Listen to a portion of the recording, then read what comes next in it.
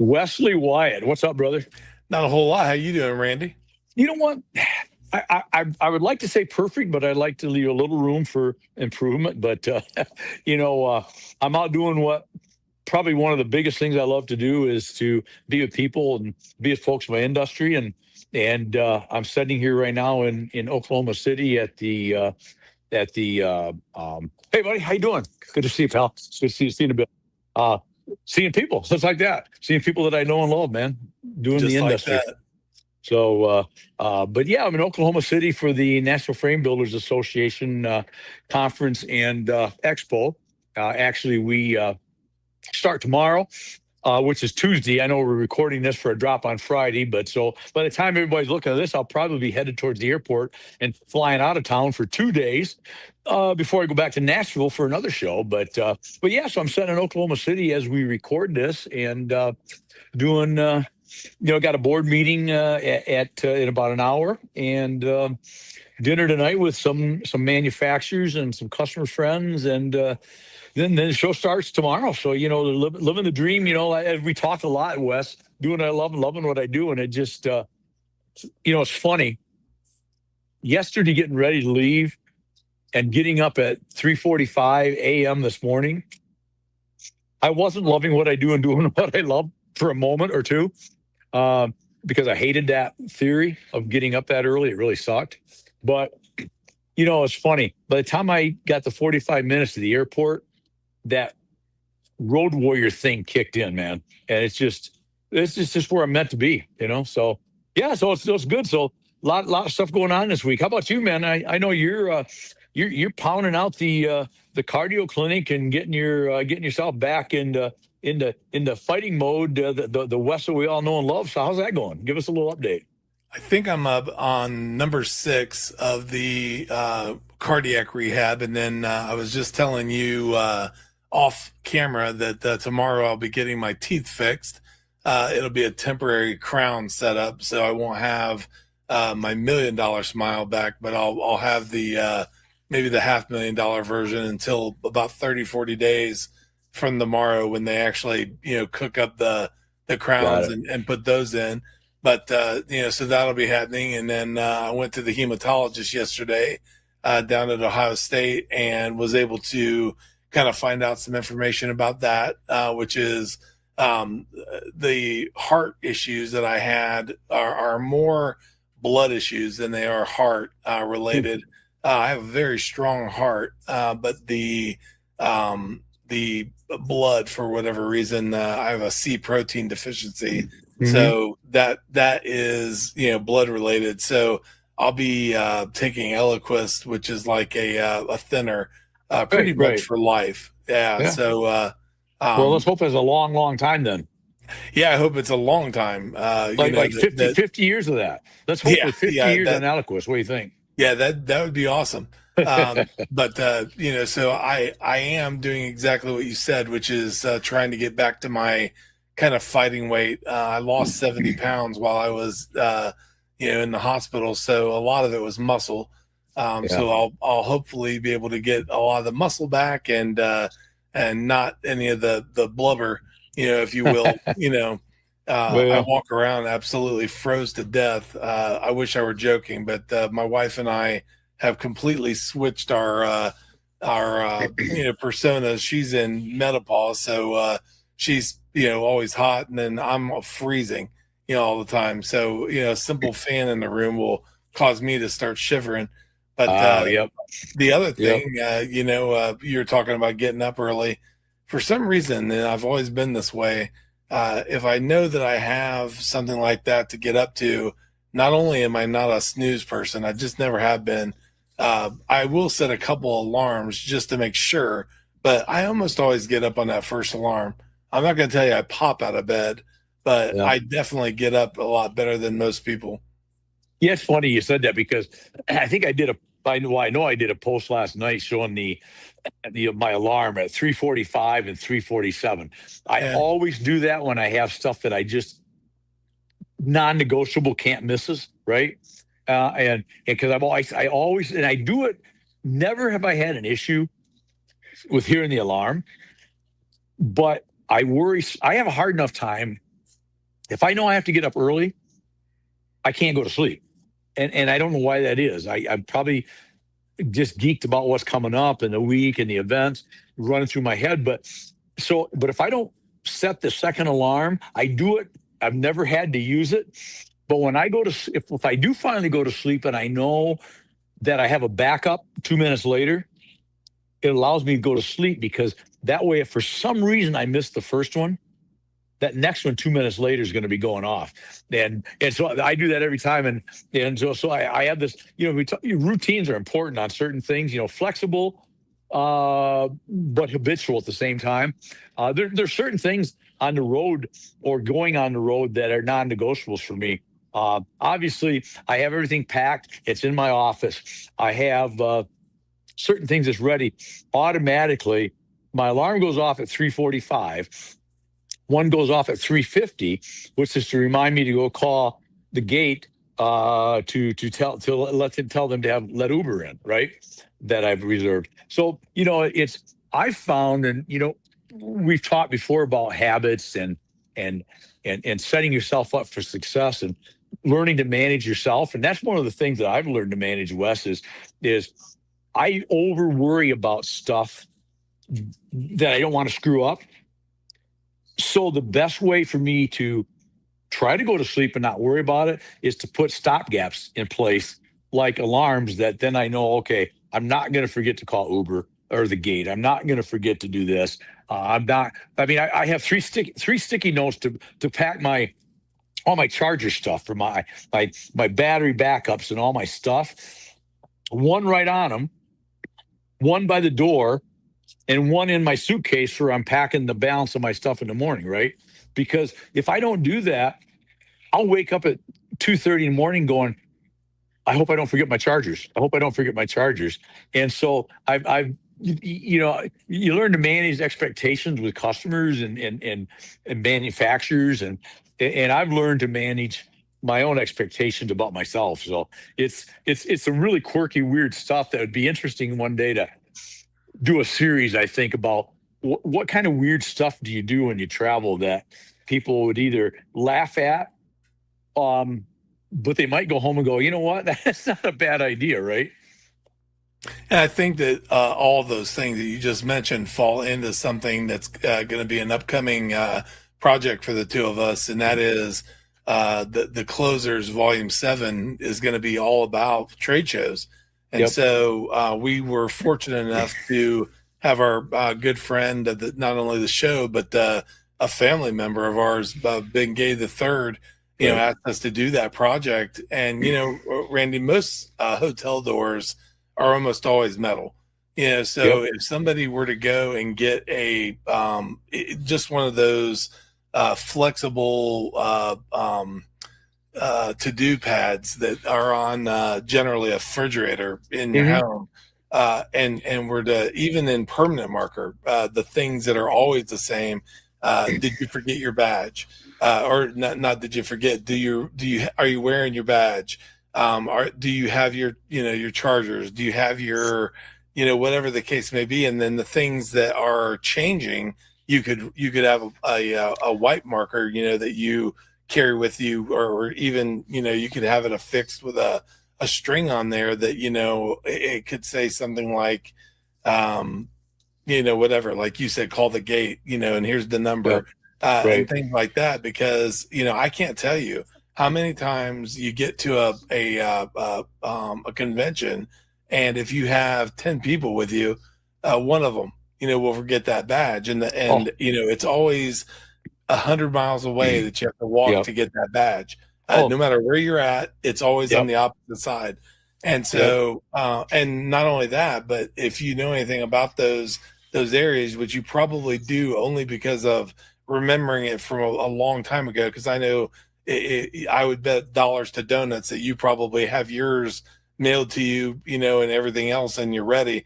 But for the people that don't, or for the people that have like an add-on person that wasn't expected to be coming or something like that, they always have an insanely large line, especially at the last moment, because at 9 o'clock, that's when everybody needs one. Well, when they're, exactly. so that sort of thing of remembering that badge is going to save you a lot of time, because if you don't, you're not down one team member, you're down several, because they have to wait for you to get in, because you can't get in without it, and you Right. can't go to the place where you need to get it because it's inside the convention. So you're now down, at least two people.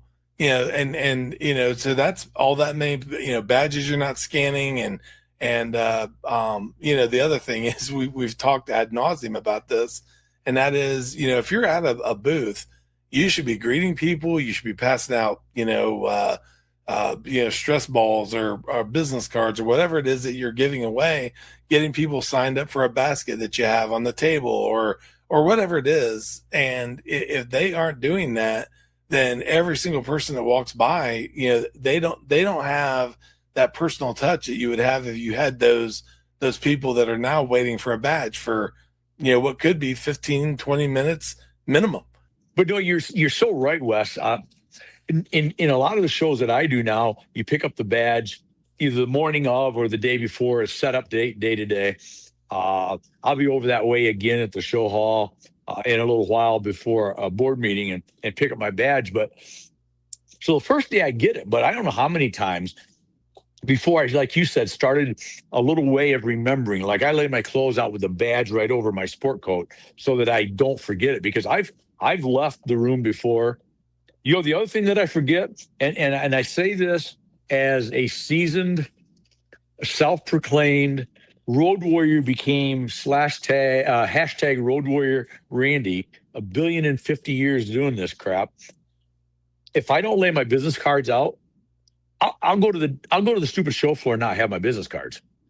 So if I rely on grabbing them out of my suitcase or my computer bag the morning when I'm going to meet somebody at 6:30 for coffee, and then you never get back to your room. That's another one of those things, right? You just got to take all that guesswork out, because if your work shows, and the key there, Wes, is, as you know, is working the show as opposed to just kind of showing up. My schedule right now is something that I practice a lot. Is my calendar is 80% full 2 weeks before the show. That's a rule of thumb I live by. I want my calendar 80% full of solid, real things. There's the non-negotiables, like a meeting or an event or a talk that I give, or a speaker I'm going to introduce, or any of those things that are non-negotiables. But then I've got several customer meetups or potential manufacturers that I might want to represent in meetups, whatever the case may be.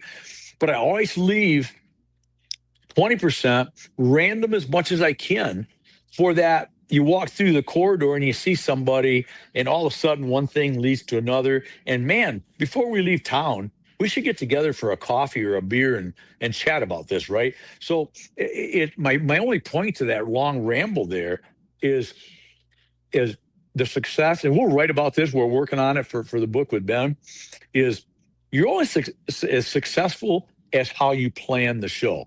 And if you don't plan the show and you just show up in town and go, oh, hey, there's a host hotel. I mean, I'm sitting in the host hotel lobby right now because I talk about that a lot, as I thought it was kind of applicable.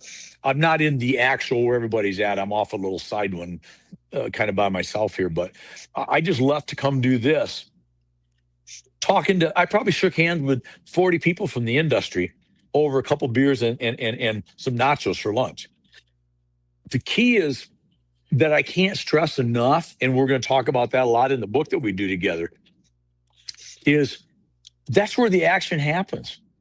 Those bro hugs and meetups and high fives and how you doing? Hey, let me introduce you to Pete. I don't know if you ever met Pete before, are invaluable. And it's called, a statement that I like to use a lot lately is living in the industry as opposed to off the industry. Live off the industry means I show up just in time to go work the booth, which means, hey, can I shoot your badge? And, here's a candy bar and you want a ball cap? That's just doing the bare minimum, which does almost nothing. That's part of the deal. But are you working in it? Are you being part of? And so I think that's important. But you only get there, long-winded version of this, is if you come with a purpose in mind. You come with a plan. And believe me, if I don't have 80% of my calendar filled, I feel I'm not prepared. And maybe I'm just weird, which you'll agree, Wes, which you don't have to, but I probably am weird. But that's the way I operate. And I mean, I'm on a fine-tuned mission today. I mean, I'm watching my watch right now because I have someplace I need to be in 40 minutes, and it's 15-minute walk. So, and but there's a certain juice to that too, right? I get my juice from living on that edge of what's the next thing that we can accomplish. So anyway, a long-winded version of saying just be habitual, be organized, put down the non-negotiables, and then fill in the rest with the negotiables, and then leave room for the, oh wow, that's a great opportunity. I didn't know it was going to happen, but I've got a 30-minute period here. I can go. You want to grab a quick brewski off the show floor and let's chat for a minute, right? That in a nutshell is how I've learned to work shows. Over 350 shows, I think I've done, is the nearest I can calculate. That's plus or minus probably 15 or 20 one way or the other, but it is an art form a little bit, as a science and an art both, I think. And you do a lot of shows. You know what I'm talking about. Yeah, and I can tell you that, one of the other things that I don't know if it's necessarily, what we call pocket stuff, but, they pass them out at a lot of shows, and I invariably, find them because I will forget, by accident or leave it in another pair of pants or something. But chapstick, I mean, you talk so much that your lips about, bake off of your face. So, having just a tube of chapstick is one of those things that Yep. If you don't take it with you, finding a booth real quick, that's got one, and thanking them, they don't mind you taking them anyway, but because that's what they're there for. But I always like to thank people, if I grab a mint or whatever. Yeah. But one of the things too, Randy, is the people that are going to be at the show because they're at the show. That you fill your calendar with that 80%. But something else that's just, invaluable for someone like you and I is, when you go to a city, let's say you're in Nashville or Atlanta or, wherever you're at, Vegas. The thing about those shows is you probably, if you would go to LinkedIn, Facebook, any of those, type places and say, who's in or around the Atlanta area, I'm going to be at this location. I'm going to have an hour of free time, for this amount of time. I'd love it if you'd pop in and see me, and let's, meet in person. So you probably could get 3-4 people that you've never actually spoke to in person that are friends, and it could be somebody like our fellow friend Tim Lord, or if you were in the Boston area, or if you were out in Oklahoma, it might be Eric Bam or someone like that. It doesn't really matter who it is, but these people that we've met online that are our friends, that we feel like we know as much as the friends that we went to school with or something. Right. It gives them a chance to pop in, and it doesn't interfere with the show because, like you said, somebody comes up and gives you a bro hug, buys you a drink, whatever the case may be, you can introduce them. I've known this person for 10 years and I've never met them face to face, and so it's something that's very quick.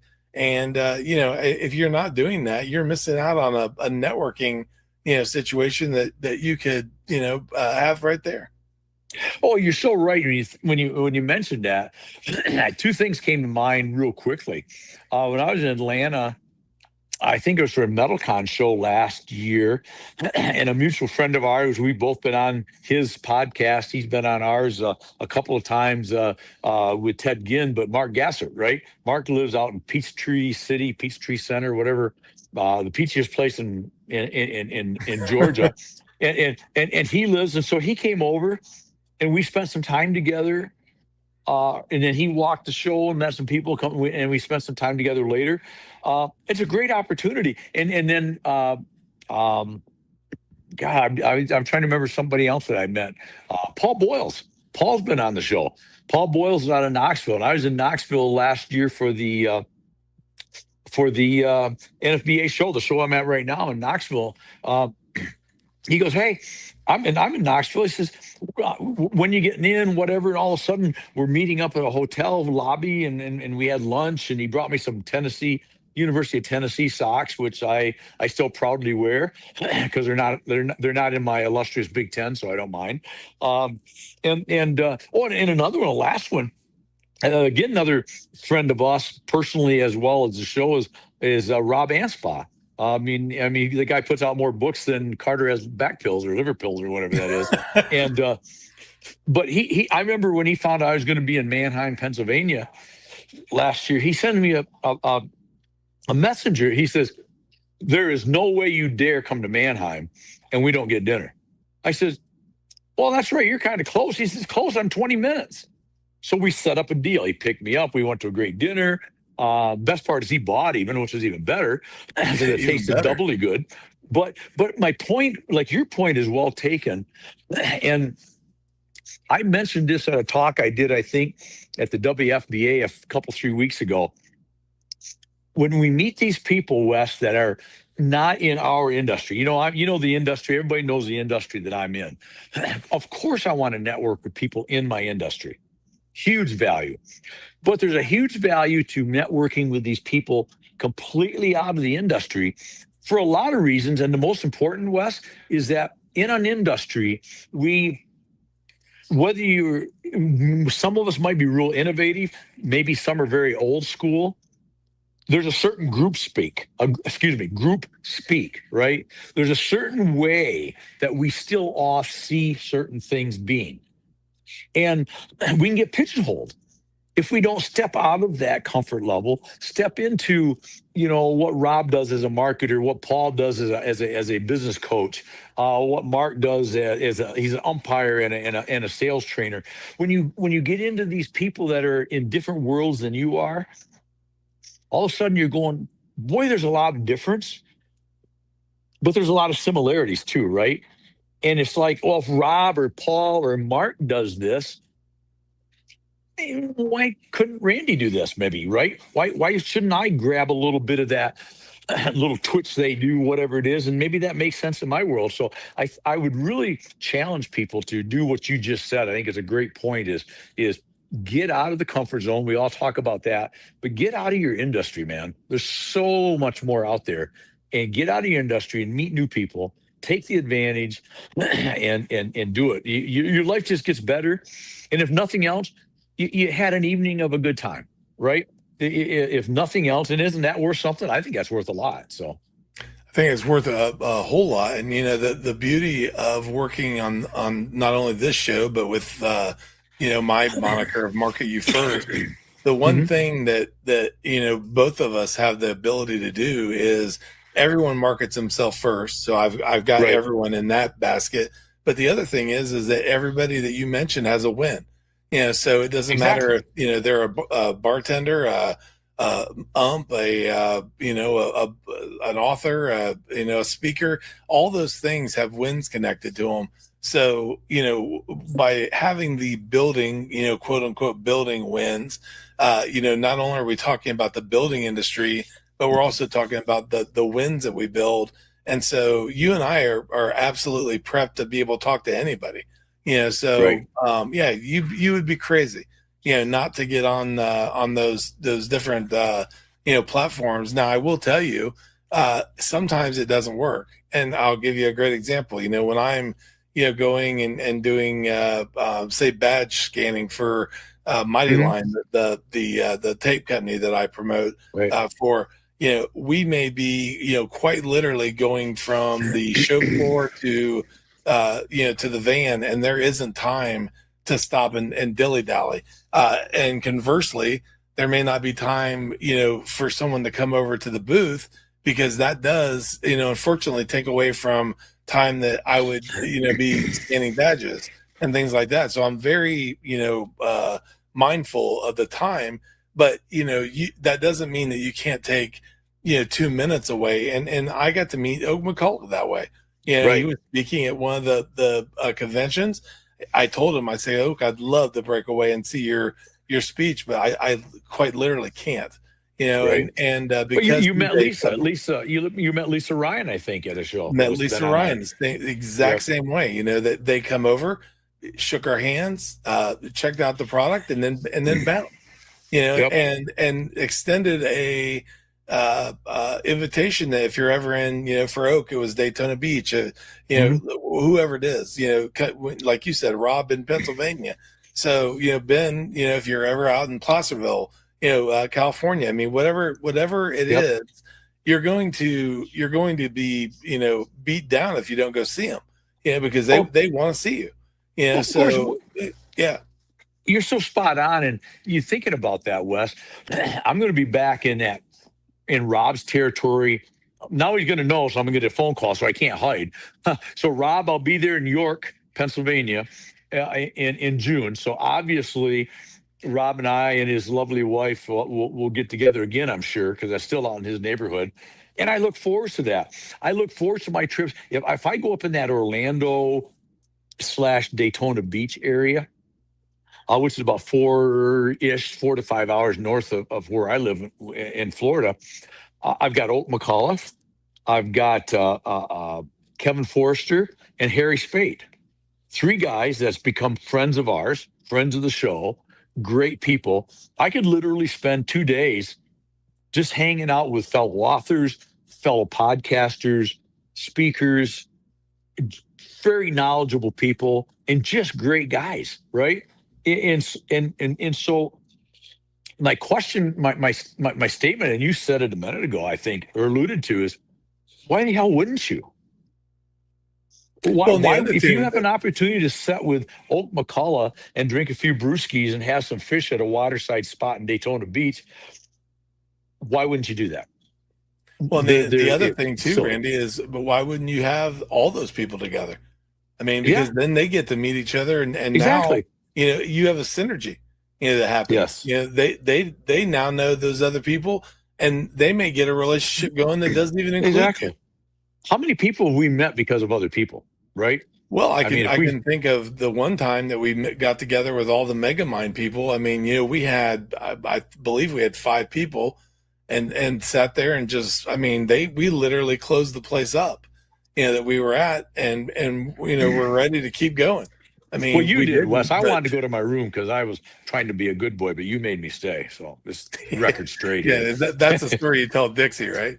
Well, exactly. I Yeah, said, it was baby, all I wanted to Wes's go home at fault. 9, but Wes was there. I mean, he made the trip down, and I guzzled um, down all those Dr. Peppers of yours, and yeah, exactly, yeah. exactly. Oh man, but you know what? It's good stuff, and I could chat forever because I love just chatting and busting chops with you. But I do have to go back to. I think I left a half a beer if it's still there at the Host Hotel bar with some people that I was kibitzing with. So I probably should get back to actually doing my day job, so to speak, right? But it's just I think these kind of conversations I love, and I'll tell you, I know you've had some health hiccups, and you're going to get back on the writing wagon. I've been doing some stuff on this on my own on the side with the book for Ben, and there's so much to be talked about with working trade shows that yeah, I think we're gonna. I know we're gonna write a winner with that. I know we are because we just are, and we have to because I mean Ben Gay's name's gonna be on there too. I mean we can't not do good, right? I mean that would be It's got to a be next to disservice. perfect, or Ben will not sign off on it. That's right. So I think we'll shoot for perfect, and I Yeah, think that's what yeah, we'll we get. better. Yeah, we better. But so hey, what's the parting words? Because by the time this drops, and thank you for jumping on and doing this week early with me, because I mean I'll tell you what, I've got like 5 things on my calendar yet today. Oh my God, the numbers tomorrow are just, I almost overdid the 80-20. I might be 90-10 to be brutally honest tomorrow. uh Thursday the same way, and then Friday morning, and then I literally live in the road of the road warrior, which I live most of the time, but it goes in spurts at times. I get home Friday evening, 10, 11 o'clock, I think. And I'm wheels up Monday morning again for Nashville, for the LBM Advantage show in Nashville for 2.5 days, 2 days, driving, doing a little on the road, the old school, stop in, see some customers with a box of donuts and maybe a brewski and a burger at lunch, type of thing, the old school way. And then another little customer contractor event on Friday in beautiful Holmes County, Ohio, at First Choice Exteriors, a great customer of mine. So, it's I will admit that there's times that the road can get a bit tiring. I guess that's the word. I'm not saying when I get home on Saturday or Friday night that I'm not going to have a moment or two of, man, I do wish I didn't have to leave Monday again. I have that. People that know me or they think that I'm just this nonstop, ever ready, energizing bunny guy or whatever. And I can be, but a lot of that's training yourself. A lot of that's taking care of yourself, and a lot of that's mindset that, as I said earlier, and in my parting words on it, when my Uber showed up at 4:15, 4:15, I was still semi hating life a little bit, right? But about 4:30, hey, how you doing, guys? About 4:30, 4:45, walking in the airport, all of a sudden it's like, yeah, this is what Randy does, man, right? This is what Randy does. And by the way, just a point, because that none of that was staged. I'm sitting over here in the corner of a little sidebar in this hotel. That's when you live in the industry. I've just the people that have seen me that's waved at me and stuff, it's probably been 5 or 6 people. That is where I get my juice. And that's where you get your juice if you live in the industry. You know people. And it's a blast. And it's just you're out hanging with friends, doing business, trying to make a difference. And that's what it's all about. So that's why I challenge everybody, because that's what I've been doing all week, going to be doing all week. By the time you see this, I'll have done all week. If I survive, I'll be on a jet plane a couple, 3 hours from when this drops and getting ready to go do it again. So, that's what we do. So watch for the book sometime in 26, hopefully, right? We're going to drop that. Yeah, because we're going to get busy on that. We're going to be doing a Building Wins book. I'm going to be doing a book. You'll probably be doing another book of your own. And it's going to 2026 is going to be awesome. It is. God willing. God willing. Well, funny thing, I woke up the other night and had to go out and tell Chat GTP Chester, which is what I named Chat GTP. I had to get up and go out the other night and give him about a 10-minute dissertation of a thought I had for another book that I want to write besides the one that you and I are going to do together now, because I couldn't go back to sleep if I didn't. I had to get it down to where when I go back and say, hey, Chester, remember that book idea I had? Bring that back up and tell me what I talked about that night at 3 a.m, because I can't go to sleep, because in my mind, there's this brilliant thing that I wanted to write about, I think. I may change my mind at some point and decide it's not brilliant and I don't want to do it. Then I'll get rid of it, right? But at the time, it just seemed like I kept thinking, I love this. And I'm writing the book in my head, right? And I'm going, okay, you got to get up and you got to tell Chester what your basic premise is, right? And get it down so that I can go to sleep and forget about it. Right. And it's amazing how, I listened to it the next day or two later. I said, Chester, bring that back up. And so it's amazing, Wes, how I go, you know what? Yeah, I think I want to write about that. Let's put that in the queue for something for me to do once we get done with what we're doing together with the closures 6, 7, 8, 9, 12, 47, whatever we ever get around, whenever we get around getting it done. But it'll be this year. But anyway, watch for that one. Watch for Wes, and your give a perk while you're here, because I got to go. I really have to go. But no, I'll be writing. It'll either be Have a Dynamite Day or it'll be the Market You First, and maybe both in 26. But I've got so many different things now to drive it with the health stuff, because Randy, I shouldn't be here. So the motivation behind that is going to drive it. But Exactly. yeah, I mean, I'm here because I'm ready to build wins. So Let's do it, man. And we're that's all glad we'll you're here, do. buddy. We're blessed to have you here, man. I'm happy to be here. Like I keep saying, Les Brown says it's better to be seen than viewed. So This is true. um, This is and true. it's very true. So, This is but the true. next time you see me, I won't have this one snaggle tooth, and so we'll be Well, able good, to get because back I to was going to that. mention it's about time. I mean, that's all. I mean, we got to work on that, buddy. Yeah, it makes mean, me feel like I should be playing a banjo and telling somebody they got a pretty mouth. Well, So I'm going to tell you, if I went out in the hills of Oklahoma right now and I saw you, I'd get a little scared. That's all I'm saying. so would I. I get scared when I look in the mirror. Oh man! All right, dude. I got to go finish my beer and finish my chat with whoever's still left in there. I seen a flow of people that I know from the industry walking by. So I'm going to go in and work the room, so to speak. So anyway, Good. hey, let's you know what? As I always say, and I'm going to finish this with this because it couldn't be more applicable, right? Do what Wes and I are doing right now. Love what you do and do what you love. Right.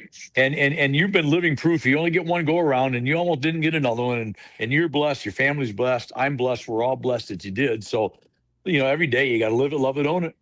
And, I really think what you need to do, I don't know, hang with me on this one, but I think you need to go make today your best day ever.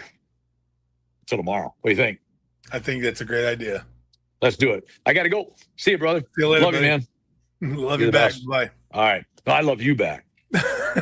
Bye-bye.